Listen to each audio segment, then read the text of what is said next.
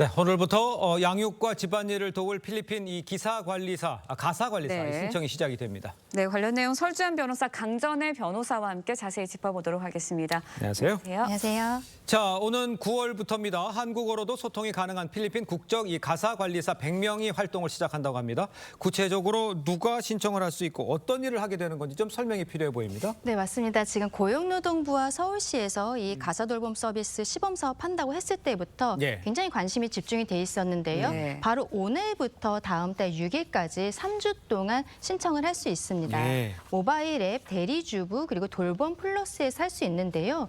신청 자격은 기본적으로 서울 시민입니다만 만 12세 이하 아동이나 임신부가 있는 서울 시민이 먼저 이렇게 배정을 받게 됩니다.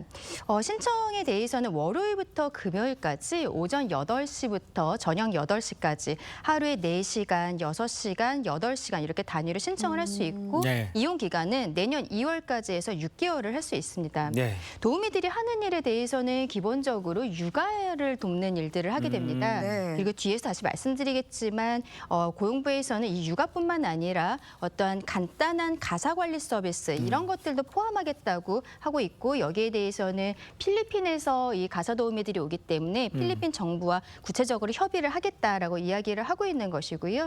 가사 도우미들은 다음 달에 한국에 들어와서 4주 동안 교육을 받게 됩니다. 이분들은 영어와 한국어 같은 것에 언어 능력 같은 것들도 이미 이제 인증을 받고서 들어오는 상황입니다. 네, 그렇군요. 네, 필리핀 가사관리사에 대한 긍정적인 반응도 있습니다. 하지만 필리핀 가사관리사가 한국 가사관리사와 그 비용 차이를 좀 봤을 때 별로 이렇게 차이가 많이 나지 않는다고 해요. 그래서 그러니까- 실효성이 있겠냐 이런 지적들이 나오고 있는데 네. 실질적으로 얼마나 차이가 나는 거예요? 그러니까 현재 공공 아이돌봄이 종합형으로 서비스를 받으시는 분들 같은 경우는 월 131만 원을 받습니다. 예. 그리고 이거 보통 민간 가사관리사 같은 경우에는 평균적으로 월 152만 원 정도가 지금 들어가고 있거든요. 예. 그에 비해서 지금 필리핀 가사관리사 같은 경우에는 월요일부터 금요일까지 네. 하루에 8시간 기준으로 사용을 하게 되니까 그 일을 하게 된다면 네. 월 238만 원이 들어가게 됩니다. 네. 그리고 일일 4시간 기준으로 예를 들어서 일주일에 보통 기준으로 월 119만 원 정도가 들어가거든요. 그러면 지금 최저임금으로 기본적으로 맞춰져 있습니다. 네. 필리핀 가사 관리사 같은 경우에도 그렇기 때문에 일반적으로 예를 들어서 가사관리사를 고용하는 그 가정에서는 실제 한국인 가사관리사에 비해서 10에서 20% 정도밖에 비용이 차이가 없거든요. 그렇죠. 예. 그렇기 때문에 그렇다고 한다면 차라리 그 비용을 내가 더 부담을 하더라도 한국인 가사관리사를 나는 쓰겠다라고 하신 분들도 있을 것 같아서 이 부분과 비용과 관련해 가지고는 조금 절충이 좀 조정이 필요한 부분이 아닌가라는 예. 생각이 좀 듭니다. 네. 자, 그런데요. 노동계에서는 이제 필리핀 가사관리사 이 업무 범위를 어떻게 또 명확하게 할 수 있는 거냐, 어디까지냐 이런 이야기 있으면서 예. 이제 인권 침해 논란까지 있어요. 예, 글쎄, 뭐 보호 장치 같은 건 좀 있습니까? 네, 앞서 말씀드린 것처럼 지금 일단 기본적으로는 육아와 관련된 일들을 하게 됩니다. 네. 뭐 젖병 소독이라든지 아이를 목욕을 시킨다든지 이런 것들인데요. 지금 간단한 가벼운 가사관리 서비스도 제공을 하겠다라고 하고 있습니다. 네. 앞서 말씀드린 것처럼 그래서 고용노동부에서는 필리핀 정부와 이 구체적인 부분들에 대해서 협의를 하겠다라고 지금 밝히고 있는 상황인데요.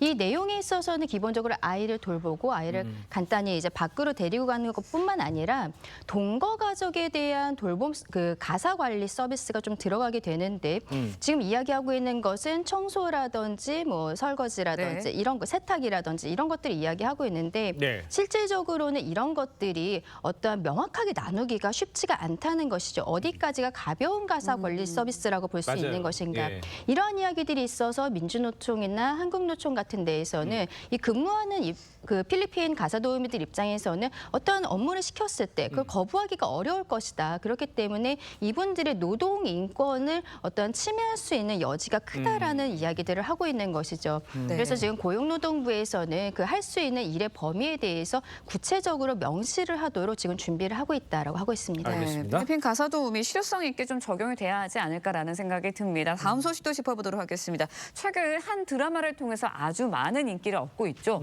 배우 변우석 씨 과잉 경호 논란에 휩싸였습니다. 기자였습니다. 일단 경찰이 논란이 된 사설 경호원들에 대해서 내수에 착수를 했습니다. 어떤 일들이 있었던 건가요? 그러니까 지난 12일 날 네. 이 변호석 배우가 홍콩에서 있는 아시아 팬미팅 행사를 참석하기 위해서 인천공항을 이용하면서 벌어진 일인데요. 네네. 당시에 인천공항에 아무래도 그 변호석 배우를 보기 위한 많은 팬들이 몰려든 네. 것은 사실입니다. 그런데 이 사설 경호원들이 이 게이트를 통제하고 또 이 과정에서 예. 경호원들이 다른 승객에게 어떤 강한 플래시를 비쳤다라는 부분이 있거든요. 그리고 또 심지어 어떤 라운지를 이용하는 과정에서 에스컬레이터를 통제하면서 네. 또 다른 승객들의 어떤 그 여권이라든지 그다음에 이런 항공권까지 검사를 했다라는 지금 사실이 밝혀진 것이거든요. 예. 그렇기 때문에 근데 이거에 대해서 문제가 뭐냐면 네네. 지금 이 경비회사에서는 어떤 인천공항공사 측과 이 부분 협의를 했다라고 하지만 예. 공항공사 측에서는 이 부분과 협의된 바가 전혀 없다라고 예. 하기 때문에 어떤 그 경비회사 측의 경호회사 측에 지금 거짓말 논란까지 번지고 있는 상황입니다. 예, 방금 네. 화면에도 나왔습니다만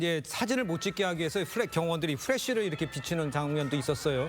근데 논란과 관련해서 경호업체 측과 인천공항 측, 공사 측 입장도 엇갈리고 있습니다. 공사 측은요, 경호업체 고발까지 검토 중인 것으로 알려졌어요. 예, 지금 이러한 것들이 문제가 되기 때문에 인천공항공사에서는 이 경호업체를 권한남용, 강요 이런 혐의로 고발까지 지금 검토를 하고 있다라고 이야기를 하고 있습니다. 네. 예. 그런데 이제 이 경호업체에서는 완전히 다른 이야기를 하고 있거든요. 그래요? 본인들이 몇 년 동안 이렇게 공항에서 그 연예인들의 그 예. 경호를 했었던 업체이기 때문에 이렇게 단독적으로 하지 않았고 인천공항공사와 충분히 협의를 했다. 그리고 팬들과 기자들에게도 이미 안내가 다 되어 있는 상황이다라고 지금 네. 주장을 하고 있습니다. 특히 문제가 되고 있는 것은 라운지에 들어가는 손님들에 대해서 이 사설 경호업체가 항공권이라든지 여권을 검사했는데 이런 권한이 있느냐 맞아요. 이런 이야기들이 예. 나오고 있는데 지금 업체 같은 경우에는 이것을 단독으로 진행을 한 것이 아니라 인천공항공사와 함께 진행을 했다라는 이야기를 하고 그래요? 있어서 이 사실관계에 대해서도 아마도 수사를 통해서 조금 더 밝혀져야 되지 않을까라고 보고 그런데. 있습니다. 네, 진실 공방까지 벌어지고 있는데 변우석 씨 측 논란이 이제 커지면서 도의적 책임 통감한다라는 입장을 발표했습니다. 하지만 뭐 과잉 논란과 관련해서 인권위의 진정까지 접수된 상황이에요. 그러니까 이 부분과 관련해서 이 사건을 보고 한 인터넷 누리꾼이 그렇죠. 이 부분에 인권위 제소를 했는데요. 당시에 게이트를 10분간 통제를 하고 그다음에 아까도 나왔습니다. 항공권을 검사를 하고 예. 그다음에 플래시로 어떤 이 일반 승객들의 어쩌면 시력을 해칠 수도 있는 부분이거든요. 그러니까요. 그리고 물론 본인들은 초상권을 침해하는 걸 방지하기 위해서 했다고는 하지만은 그걸 찍지 않은 승객들한테까지도 어떤 위해 또는 어떤 그 시력을 저하할 수 있는 강한 플래시를 비쳤다라는 부분에서는 예. 저는 인권위에서 이 부분 충분한 조사를 통해서 수사가 필요하다고는 수사 의뢰를 하는 것이 맞지 않나라는 생각을 해봅니다. 알겠습니다. 네. 계속해서 다음 소식도 짚어보겠습니다. 사생활 폭로를 빌미로 찌양을 협박하고 돈까지 뜯어낸 의혹을 받는 일부 유튜버들 사과 입장을 밝히고 나섰습니다. 글쎄요, 이들이 갑자기 왜 태세를 바꾼 겁니까? 이게 일단은 언론을 통해서 보도가 되면서 찌양 같은 경우는 굉장히 그 전 국민적으로 사랑을 받는 유튜버이기도 그렇죠. 하고요. 네. 그리고 지금 이 문제가 되고 있는 그 사이버레카 유튜버들 같은 경우에도 그동안에 좀 논란들이 있었고 이분들도 역시 유명한 사람들입니다. 네. 그러다 보니까 지금 뭐 유튜브에서 수익에 대해 뭐 선제적으로 중지 조치를 했고 이원석 검찰총장이 이러한 사이버레카들에 대해서 구속 수사에 대해서도 한번 검토해보라라는 이야기들이 나오고 있거든요. 네. 그렇다면은 이 사이버레카 유튜버들 입장에서는 여기 있어서의 어떠한 태세 전환이 있었던 것이 아닌가라고 생각을 하는데요. 예를 들어서 지금 가장 문제가 되고 있는 찌양으로부터 5,500만 원을 받은 것으로 알려진 구제역의 경우에는 네. 본인이 검찰에 자진 출두를 했습니다. 맞아요. 그리고 본인이 언론에 본인이 출두를 해서 휴대폰을 제출했다라고 이야기를 하고 있는데 여기에 대해서는 법조계에서 봤을 때는 지금 영장 청구가 들어왔을 때 영장이 발부되는 이유는 도망의 염려 그리고 증거인멸의 염려 이거 두 가지를 굉장히 크게 보거든요. 예. 근데 본인이 직접 출두를 함으로써 도망의 염려가 없다는 점 그리고 휴대폰을 제출을 함으로써 증거인멸의 그 우려가 없다는 점을 검찰에다 어필을 하면서 부르지도 않았는데 예, 나온 거죠. 그렇습니다. 예. 지금 검찰에서는 조사 준비가 되어 있지 않은 상황에서 구제역이 먼저 간 것이거든요. 그러니까요. 이거는 영장 청구라든지 향후의 수사와 재판 과정을 대비하기 위한 태세 전환이 아닌가라고 법조계에서는 보고 있습니다. 그렇군요. 네, 일단 유튜브 측에서는 앞서서 이제 구제역, 카라큘러 등에 대한 수익화 중지시켰습니다. 그런데 이제 이들에 대한 범죄 수익 환수 가능한 건가요? 네, 어떻게 이원석 검찰총장이 직접 밝혔습니다마는 네. 단순 명예훼손 같은 경우에도 인격권 침해라든지 사생활의 노출로 인해서 피해가 굉장히 큰 경우들이 있습니다. 특히 뭐 천만 유튜브라고 하는 정말 보기 드문 유튜버인 째양 같은 경우에도 이러한 것들이 직접적으로 위해를 가하지 않더라도 그 사람의 명예를 훼손할 만한 허위 사실을 유포한다고 한다면 예. 그것은 인격 살인이거든요. 맞아요. 그렇기 때문에 그